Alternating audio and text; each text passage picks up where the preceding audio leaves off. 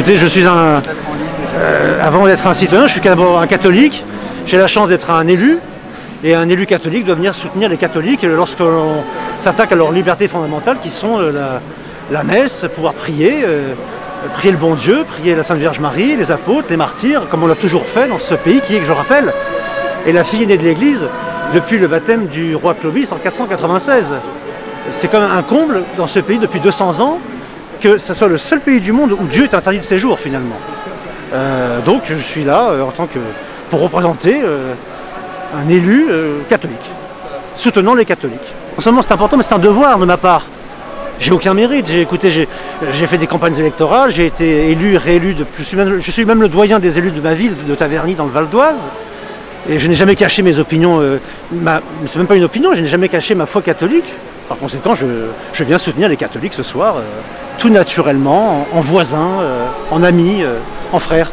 Évidemment, écoutez, c'est le con dans cette affaire, c'est qu'on a fermé le sanctuaire de Lourdes. Les gens viennent du monde entier pour demander leur guérison à Lourdes. Évidemment, les modernistes ont enlevé toutes les béquilles, etc., qui attestaient des milliers de guérisons qu'il y a eu à Lourdes. Mais fermer Lourdes en temps de pandémie, enfin, c'est comme pas prendre de l'aspirine quand on a de la fièvre. Tout a été inversé finalement. Les gens ne croient plus en Dieu. Voilà. S'ils ne croient plus en Dieu, c'est leur problème. Nous croyons en Dieu, Père, Fils et Saint-Esprit, le credo, et on vient de manifester publiquement. Alors, il y a 200 ans, on était égorgés pour faire ce qu'on fait ce soir. Et là, est-ce qu'on risque une amende de 135 €? Écoutez, on est là pour prier, nous portons nos masques, nous respectons les gestes barrières. Où est le problème?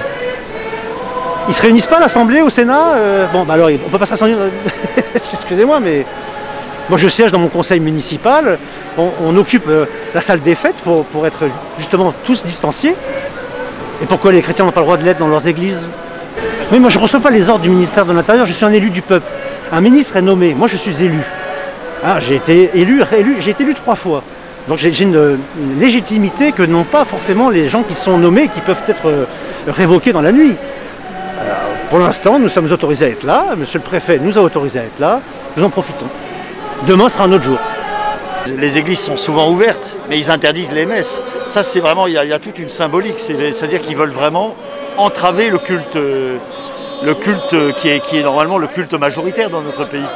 C'est un signe, vraiment, c'est un signe profondément, pour moi, satanique, qui est inadmissible. Ça dépasse l'entendement, ce type est une pourriture. Hein. Voilà. Moi, je lui dis, c'est une pourriture. Il faut mettre hors d'état de nuire ces espèces de tyrannos, hein, de foutriquets tyranniques. C'est impensable de continuer à être dirigé par de tels démons. Hein. La politique sanitaire qui est menée est délirante. Hein. Sur une pandémie qui est discutée et discutable, une fois encore. Hein. Non, moi, j'appelle tous les Français à se réveiller. Les chrétiens comme les autres, hein, les chrétiens sont, semble-t-il, les premiers visés, sont les premiers à être dans le collimateur de ce système qui est contre-spirituel, anti-chrétien ouvertement. Voilà. Les bras nous entendent, regardez, là on est épiés, ils observent nos masques et fondent sur nous pour nous verbaliser à la première occasion. Voilà, on est dans un monde totalitaire, un monde qui ressemble à 1984. Voilà ce qu'a généré le Covid 1984. Cette fausse pandémie débouche sur un totalitarisme sans nom.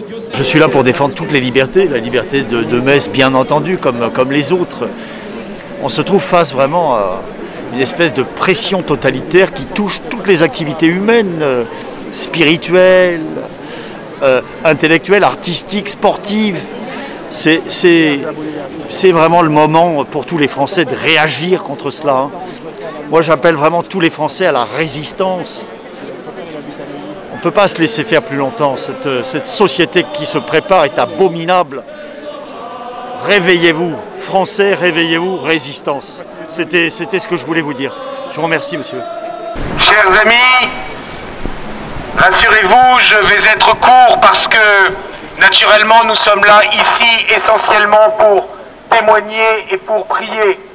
Mais je crois qu'il faut le dire avec calme, sérénité, mais aussi détermination. nous ne pouvons pas accepter des mesures liberticides qui portent atteinte à notre conscience. Alors bien sûr, l'exécutif, le gouvernement, prétend défendre la vie. Mais la vie, eh bien, il la détruit, la vie économique, la vie sociale, la vie culturelle et même la vie spirituelle. Alors nous avons envie de leur dire très clairement, très sereinement, très calmement, par notre présence et par notre témoignage, qu'ils doivent nous laisser vivre. C'est quelque chose d'essentiel pour nous. Il est évident qu'ils réduisent la vie aux questions uniquement matérielles, aux besoins primaires.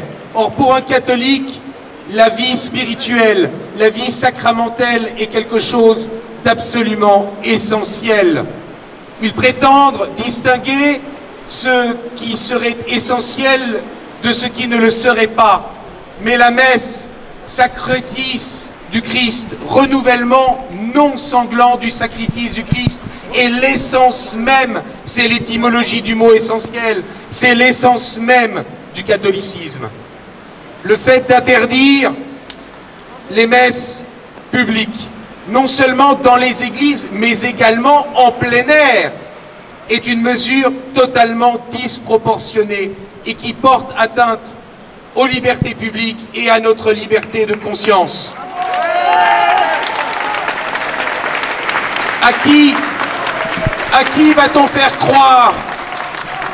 À qui va-t-on faire croire que l'on est plus susceptible d'être contaminé ou d'être contaminateur dans le cadre d'une église, dans le cadre d'une messe, plutôt que dans les queues aux caisses des supermarchés? On ne peut le faire croire à personne et c'est de cela dont nous voulons parler, dont nous voulons dire que cela est inadmissible. Il y a parfois même, quand certains ministres parlent, des menaces sous-jacentes. Il y a le mépris de certaines personnes. Mais ce soir, à Paris, et pendant tout le week-end, partout en France, nous serons des dizaines, des centaines, des dizaines de milliers, peut-être pourquoi pas des centaines de milliers, à vouloir revendiquer ce qui n'est qu'une liberté qui relève du droit naturel. Un État qui porte atteinte à ces libertés est un État qui devient tyrannique et ce n'est pas acceptable. Il ne s'agit pas de défendre une liberté communautariste, il s'agit de dire que chacun d'entre nous vit de la vie spirituelle aussi et que dans la mesure où, la puissance publique prétend déterminer ce qui relève de notre conscience, de notre liberté, cela n'est pas acceptable. C'est aussi simple que cela. Je crois que nous sommes tous responsables. Nous respectons le mieux possible les consignes. Mais lorsque ces consignes manifestent un état qui va au-delà de ses compétences, il est nécessaire de prévenir que cet état glisse vers des considérations tyranniques. Ce n'est pas acceptable. Il faut que les ministres cessent aussi d'étaler sur la place publique leur incompétence, leur méconnaissance de la spécificité du culte catholique. Oui, le culte catholique, le renouvellement non sanglant du sacrifice du Christ. Il faut que les ministres cessent de montrer qu'ils ne connaissent rien à la présence réelle dans l'hostie consacrée. C'est essentiel. Ils ne connaissent rien à la transsubstantiation. On ne leur demande pas de croire en cela. On leur demande de respecter notre liberté de conscience qui relève de l'ordre naturel des choses. Alors, naturellement, nous allons prier ensemble et nous allons simplement leur dire « Laissez-nous vivre et rendez-nous la messe !»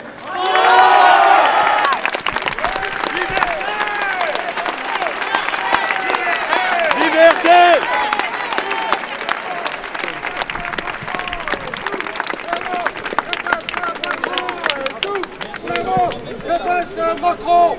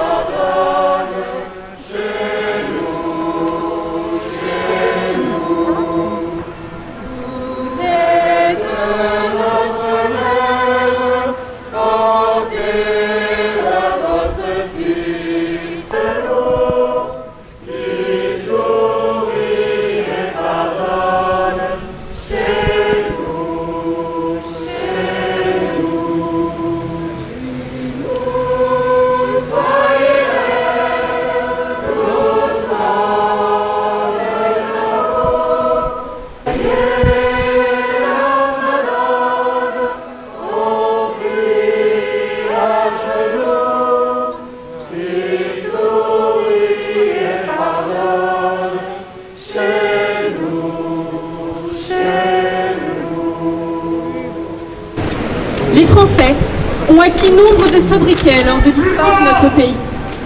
Et voici qu'un nouveau surnom émerge du verbe fertile de l'élite de notre nation. Voici qu'une partie de la population, du fait de son corps de métier, subissant une crise aux airs de mauvaises pièces de théâtre, se voit gratifiée de l'élégant nom de non essentiel.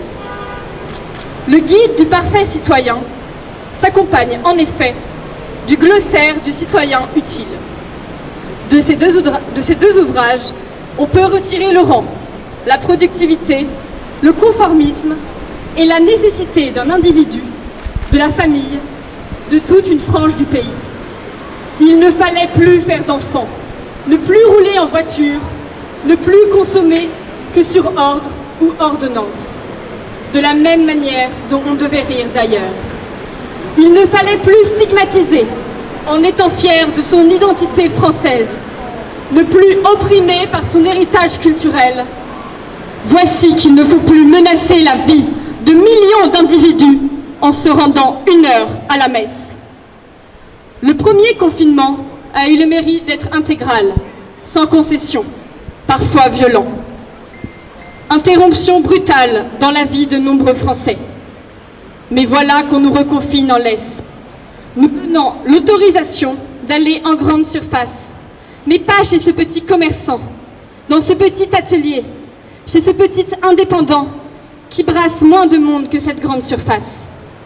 Et voilà que dans ce rayon d'1 kilomètre de circulation, dans lequel on peut sortir tous les jours, il ne nous est pas permis de passer 1 heure par semaine à la messe. La laisse a beau faire 1000 mètres, elle a l'humilité de se retirer devant Dieu. Quelle piété! C'est grande pitié de voir la maison du Seigneur, une fois de plus privée de ses hôtes. Quelle récompense pour ces évêques, ces curés, ces vicaires, qui se sont acharnés à adapter leurs offices dans leur conduite et leur organisation.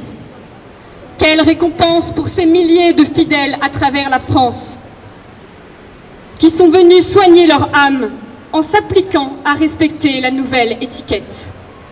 Le corps se protège, il se lave, il se soigne, il se couvre. L'âme aussi. L'âme se protège de ses vices par la prière. Elle se soigne par la communion. Elle se lave de ses péchés par la confession.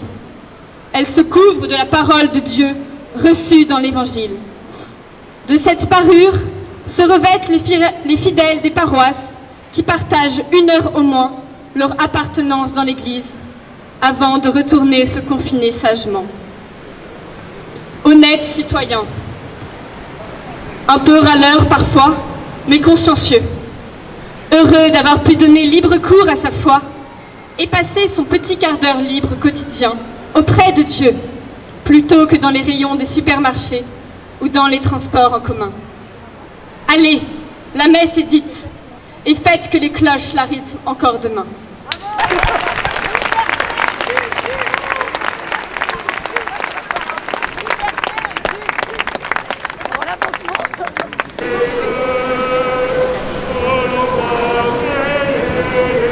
Écoutez, je suis catholique, je vais à la messe tous les dimanches et je suis bien sûr pour la liberté de culte, la liberté religieuse et je viens voilà, avec tous ces catholiques demander le retour de la messe dominicale.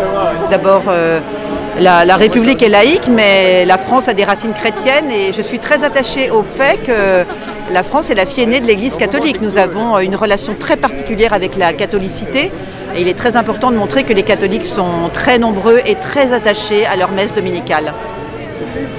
Ah, tout à fait. D'abord, il y a beaucoup d'églises qui sont ouvertes. Donc effectivement, ça nous permet de prier, d'être en relation avec des prêtres. Mais vous savez, rien ne remplace la communion. Parce qu'à la fin d'une messe, il y a aussi les grands moments importants, c'est quand même l'homélie du prêtre et puis la communion qui représente le corps du Christ. Donc c'est très important pour nous, catholiques, de pouvoir communier. Écoutez, je pense que le ministre de l'Intérieur et des Cultes est toujours dans la provocation. Il est dans la méconnaissance totale, je dirais, de la catholicité. Voilà.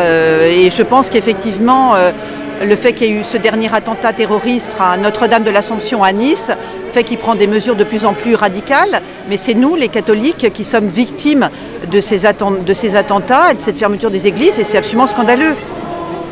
D'autant plus, je voudrais rajouter que toutes les messes virtuelles qui sont organisées aujourd'hui ne peuvent pas remplacer une messe, je dirais, réelle. Hein, on va pas se mettre à genoux devant notre télé ou devant nos réseaux sociaux. C'est absolument absurde. Et je ne comprends pas, je crois que les prêtres ont fait beaucoup d'efforts pour respecter la distanciation sociale, la jauge des églises, les gestes barrières. Mais je pense que là, on va beaucoup trop loin et qu'on est en train de transformer notre culte catholique pour, je dirais, se soumettre à un gouvernement qui n'est pas catholique, qui est laïcard, je dirais. Et donc on est en train de transformer complètement notre culte catholique pour satisfaire, je dirais, voilà, des mesures qui sont antichristiques.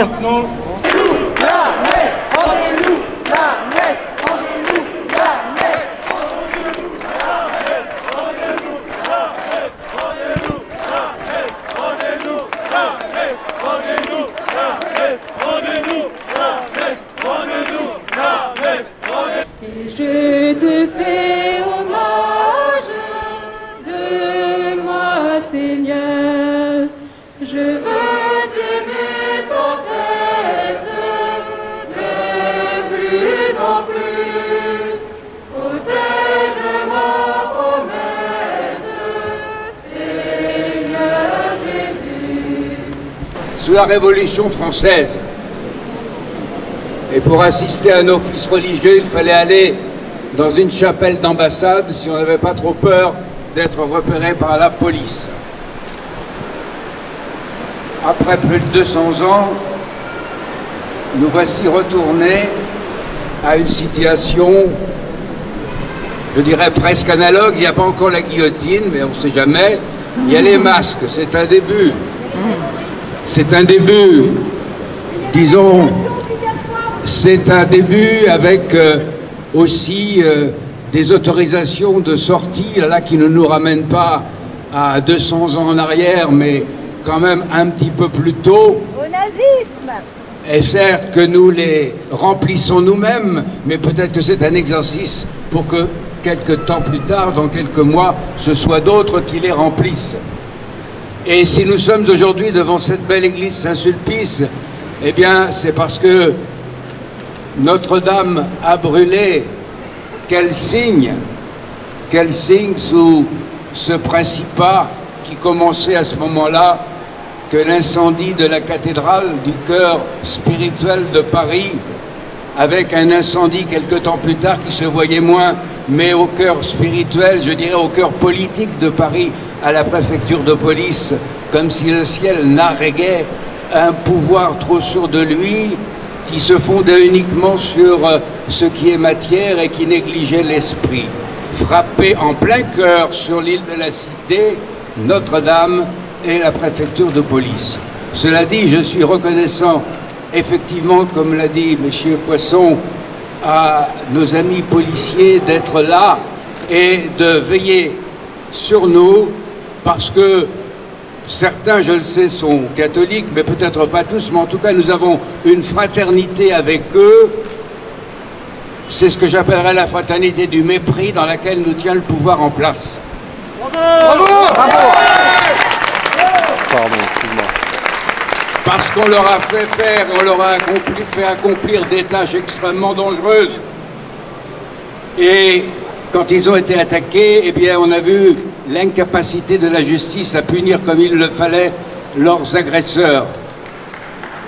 Et nous partageons avec eux cette fraternité du mépris. Mais elle n'est pas dans notre cœur de la haine contre quiconque. Parce que nous servons un maître